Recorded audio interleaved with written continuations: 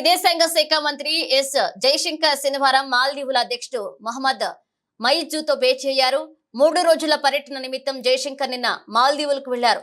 తన పర్యటనలో 2వ రోజైన శనివారం ఆ దేశ అధ్యక్షుడితో సమావేశమయ్యారు. వీరిద్దరూ పలు అంశాలపై చర్చించుకున్నారు. ఇరు దేశాల మధ్య సత్సంబంధాలపై చర్చించినట్లుగా తెలుస్తోంది. రేపటి వరకు మాల్దీవుల్లోనే ఉండనున్నారు జయశంకర్. ద్వైపాక్షిక అంశాలపై చర్చించనున్నారు.